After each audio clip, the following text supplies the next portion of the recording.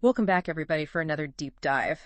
This time, we're looking into this wild concept of Jade Liquid Returning the Elixir. Yeah. From what I understand, it's this ancient Taoist teaching on, personal transformation. Right. Our source for this one is going to be an excerpt from Chapter 6 of the Lingbao Essential Teachings. Okay. And some of the imagery they use is just nuts. It is. They really dive into this whole analogy of refining ourselves, almost like you would refine gold or jade. Yeah, it's a pretty fascinating approach to personal growth. Right. And, at the heart of it all is this idea of yin and yang. Yin and yang, always a classic. Yeah. But the source material here goes beyond just saying everything is yin and yang. Oh, yeah, definitely. It goes way deeper than that. So what is it saying then? Well, according to the Lingbao Essential Teachings, it explains that accumulated yang is what creates divinity, like the sun and the moon. Whoa. These powerful sources of energy. Right. And then accumulated yin is what gives things form.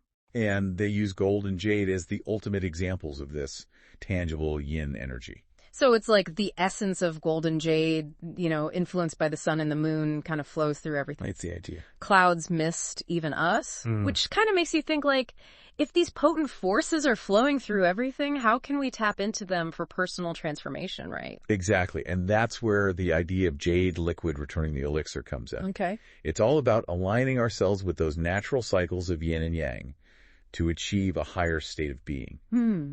Just like gold and jade are shaped by those forces of earth and heaven. So we're talking some serious commitment here. Yeah, just imagine dedicating 100 days to a practice, seeing tangible progress. Wow. And then pushing further for another 100 days. 100 days, that's impressive. That's the kind of dedication and transformation that this text describes. Okay, but before we get too far, let's back up for a second. Sure. What exactly is this jade liquid? Okay. And what about the elixir? Well, think of it this way. The jade liquid is a metaphor for our vital energy, which in Taoism is called qi. Okay, qi. Yeah, this energy is constantly flowing within us. And the practices that are outlined in this text really aim to refine and cultivate this qi, transforming it into something even more potent. Interesting. The elixir. So the elixir isn't like a physical substance. No, it's not like a magic potion or anything. It's more like a refined state of being. I see. So we're refining our energy, our qi, into this powerful elixir. But how do we actually do that? Yeah. I'm guessing it's not as simple as, just thinking positive thoughts. You're right. It's definitely not about positive thinking. Okay, good, because I'm not very good at that. Well, the text gets very specific about the practices involved in Jade Liquid Returning the Elixir. Right. They even compare it to the way that medicinal substances accumulate in the body. Okay. To form what it calls the immortal fetus. Hold on, the immortal fetus. Now we're talking, Yeah. It's like a spiritual embryo or something? Well, it's a complex concept, but in essence, it represents the potential for spiritual growth and transformation Okay. that exists within each of us. Okay. And remember how we were talking about yin creating form? Right. Well, the immortal fetus is like the blueprint for our highest potential. I see. So it's not like a literal fetus. Right. More like a potential waiting to be unlocked. Exactly. Okay, so how does this immortal fetus connect to the jade liquid and the elixir? That's where the text gets really intriguing. Okay. It suggests that the jade liquid nourishes this immortal fetus, Interesting. helping it to grow and develop. And then? And as the immortal fetus matures, it starts to generate the elixir, Oh, wow. that refined energy we were talking about earlier. So it's like a cycle. Right. The jade liquid nourishes the immortal fetus, and the immortal fetus produces the elixir. Precisely. Okay, Yeah. I'm following. But what are these practices that actually help us refine our energy in this way? Well, the Lingbao Essential Teachings outline several practices, but one of the key ones is called the method of swallowing jade liquid. Swallowing jade liquid. Okay, now I'm really curious. It sounds mysterious, right? Yeah, a little bit. But it's actually a practice that focuses on cultivating and refining saliva. Saliva. Wait a minute, spit is involved in this. Yes, but it's not as simple as it might sound. Okay, good. In Taoism, saliva is viewed as a very potent substance, Wow. closely linked to our vital energy, or qi. Okay. So by cultivating and refining our saliva, we can actually influence the flow of qi within our bodies. So we're not just hucking loogies into a cup here. No. Okay. This is about intentionally working with our saliva to cultivate our energy. I'm guessing there are some specific techniques involved. Oh, you're exactly right. Okay. The text goes into detail about the method of swallowing jade liquid, emphasizing the importance of aligning these practices with the seasons and the energy of specific organs. Okay, we'll definitely have to dive into that more. But before we get into the nitty-gritty of these practices, I think we need to back up a bit. Sure. And talk more about this connection between the seasons, our organs, and our energy. Okay. This is where those trigrams you mentioned come in, right? Exactly. The text uses trigrams to represent different types of energy that are dominant during specific seasons and within certain organs. Interesting. It's a fascinating way of understanding how our internal energy is constantly shifting in response to the world around us. So instead of fighting these natural shifts, we can learn to work with them to enhance our own energy and cultivate this immortal fetus. Precisely. And that's where the method of swallowing jade liquid comes in. Okay. It's a way of consciously aligning ourselves with these natural cycles to support our personal transformation. It's almost like a dance between our internal energy and the energy of the cosmos. It is a beautiful image. It is, but before we dive deeper into the specifics of this practice, I think we need to take a break. Okay, sounds good. When we come back, let's explore how these seasonal energies connect to specific organs, and how we can adapt the method of swallowing jade liquid to each season. Sounds like a plan. I'm looking forward to unpacking the details of this practice with you. Me too. I think this is going to be fascinating. Yeah, I think so too. Okay, so we're back and ready to explore this whole connection between the seasons, our organs, and the method of swallowing jade liquid. Right. Like the text is saying, we can fine-tune this practice based on what time of year it is. Exactly. Pretty cool. But to be honest, those trigrams still feel a bit mysterious to me. Sure. Can you shed some light on those? Of course. So trigrams are basically these ancient symbols that represent different types of energy. Think of them like a language for understanding, you know? Those subtle forces that are at play in the universe and even within ourselves. Right. And each trigram is associated with a particular season, an element, even an organ in our body. So it's not just about like spring, summer, fall, winter. It's like each season has its own unique energy signature. Precisely. But how do these trigrams actually connect to the method of swallowing jade liquid? It's not like we're swallowing trigrams, right? No, not quite. Okay. The trigrams help us understand which organ's energy is strongest during a particular season. Okay. So, for example, in spring, the light trigram is associated with the liver. Okay, the liver. And the text suggests that liver chi is at its peak during this time. Interesting. While spleen chi is a bit weaker. Okay, so by understanding these energy dynamics, we can kind of tailor the method of swallowing jade liquid to work with our body's natural rhythms. Exactly. That makes sense. What about the other seasons, though? Sure. Like, what trigrams and organs do they correspond to? Well, in summer, we have the sun trigram, and that's associated with the heart. Okay. So heart chi is strongest, then while lung chi is weaker. Okay.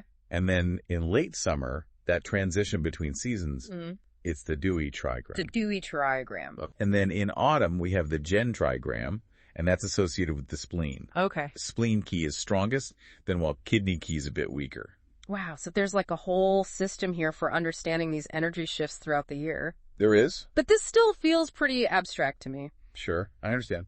How does this actually translate into the practice of swallowing jade liquid? Okay. Like, what changes do we need to make based on the season? So the specifics of the practice are quite detailed. I bet.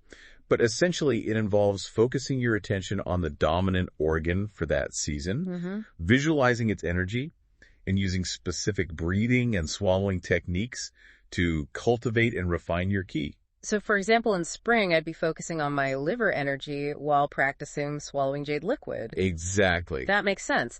But earlier you mentioned swallowing dryly. Right. Can you explain what that means and when we might need to do that? Sure. So the Lingbao Essential Teachings acknowledges that not everyone's saliva flows naturally, especially, during certain times of year or if someone is experiencing stress or health imbalances. Makes sense. So swallowing dryly is a technique for generating saliva and stimulating the flow of ki even when your mouth feels dry. Okay. It involves, specific movements of the tongue and throat. So it's like a way to jumpstart the process. Exactly. It's amazing how detailed this text is. It is. It really provides a roadmap for navigating these practices and adapting them to individual needs. That's the beauty of these ancient teachings. Right? They offer a really nuanced approach to personal transformation. recognizing that there's no one-size-fits-all path. For sure. But before we move on, I'm curious, is there anything about these seasonal practices that stands out to you or that you'd like to explore further? Well, I think what's fascinating is how this practice encourages us to really pay attention to our bodies and the natural world around us. Right. It's like we're constantly in this dance with nature, and by understanding these subtle energy shifts, we can learn to move in harmony with the rhythms of the cosmos. It's a beautiful image. I love that. But I'm also curious about those more advanced practices the text mentions. Oh, yeah. Like refining ki into gold elixir. Okay. It sounds like we're moving from spitting to alchemy here. That's a great observation. So we've nourished our immortal fetus, we've refined our sea, and now we're ready to turn it into gold. Sign me up. Well, not quite gold. Okay. But you're right. Refining ki into gold elixir is a more advanced practice that builds upon the foundation of swallowing jade liquid. So what does this practice actually entail? Well, refining ki into gold elixir is described as a very refined practice, often undertaken in a quiet and secluded space. Okay. The text describes, burning incense, assuming specific postures, and focusing your attention inward to guide the golden liquid, which is an even more potent form of ki, elixir field. Hold on, elixir field, what is that exactly? So the elixir field, also known as a dantian in Taoist practice, is an energy center located in the lower abdomen. Okay. And it's considered to be a reservoir of vital energy. Interesting. So guiding the golden liquid to this area is seen as a key step in achieving higher levels of transformation. So it's like we're directing this powerful, refined energy to the core of our being. Precisely. That makes sense. But what are the benefits of this practice? Okay. Does the text say anything about what we can expect to experience? It does. The Lingbao Essential Teachings claims that with consistent practice, one can achieve longevity, vitality, heightened senses. Wow. And even the ability to share this refined energy with others for healing. Those are some bold claims, but I can see how these practices, if done correctly, could have a really profound impact on our physical, mental, and spiritual well-being. Absolutely. It's like we're tapping into a hidden wellspring of energy within ourselves. Exactly. But I have to admit, this all feels pretty intense. Sure. Is there anything in the text about potential risks or challenges associated with these practices? Well, the text doesn't explicitly address risks. Okay. But it does emphasize the importance of proper guidance and preparation. Okay. It suggests that these practices should be approached with reverence and respect, and ideally undertaken under the guidance of an experienced teacher. That makes sense. It's not something to jump into lightly. Right. These practices are dealing with powerful energies. They are. And it's important to approach them with awareness and respect. I agree. But I'm curious, what are your thoughts on these claims of longevity and healing? Do you think there's any scientific basis for these ideas, or is it purely a matter of faith? That's a great question, and one that has been debated for centuries. Right. While some aspects of these practices might seem far-fetched from a modern scientific perspective, there is growing interest in the potential health benefits of practices like meditation, breathwork, and qigong, all of which share some similarities with the techniques described in the Lingbao Essential Teachings. So while we may not fully understand the mechanisms at play, there's a possibility that these ancient practices are tapping into something real. Yeah. Something that can profoundly impact our health and well-being. Exactly, and that's what makes exploring these texts so fascinating. They offer a glimpse into a different way of understanding the human body and its potential.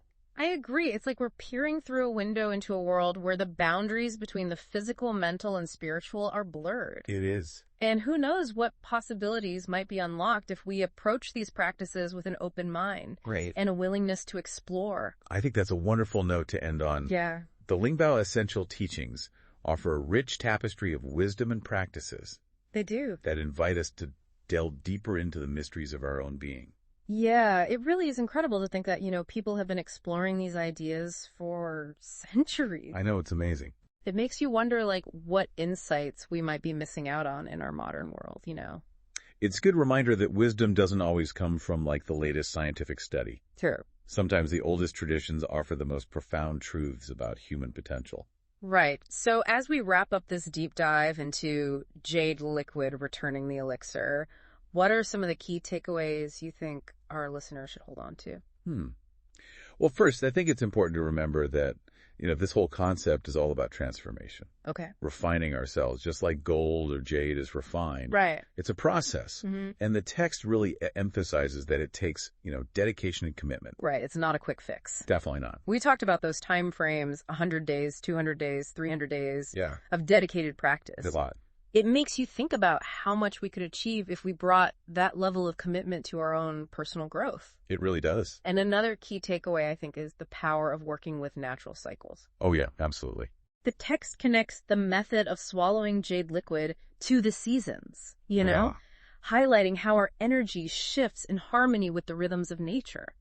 It's beautiful. It's such a beautiful concept. It is. It's like an invitation to become more aware of our connection to the natural world and to tap into those energies for personal transformation. And I think it's also important to remember that, this is just one path among many. Right. The Lingbao essential teachings offer a fascinating framework for understanding human potential. But it's not the only way. So what you're saying is that even if someone isn't interested in practicing swallowing jade liquid, there are still valuable insights to be gained from exploring these ancient teachings. Exactly. Even if you don't, subscribe to the specific practices, the underlying principles, the interplay of yin and yang, the importance of refining our energy, the idea that transformation is possible. Yeah. These are concepts that I think can resonate with anyone on a path of personal growth. So it's not about blindly following a set of rules. Right. It's about taking what resonates with us. Exactly. And using it to fuel our own journey of self-discovery. Precisely. And who knows? Yeah. Maybe exploring these ancient teachings will spark curiosity about other traditions and practices. Right. And open up even more possibilities for growth and transformation. I think that's a perfect note to end on. Yeah. This deep dive into Jade Liquid Returning the Elixir has been a journey of discovery. It has. And I hope you've enjoyed exploring these ancient teachings with us. It's been a pleasure sharing these insights with you and with everyone listening. Remember, the journey of knowledge is ongoing. Always. There's always more to learn, more to explore, more to uncover. Absolutely. So keep that curiosity burning. Yeah. Keep asking questions and keep diving deep into the world of knowledge. That's what it's all about. Until next time, fellow explorers. See you then.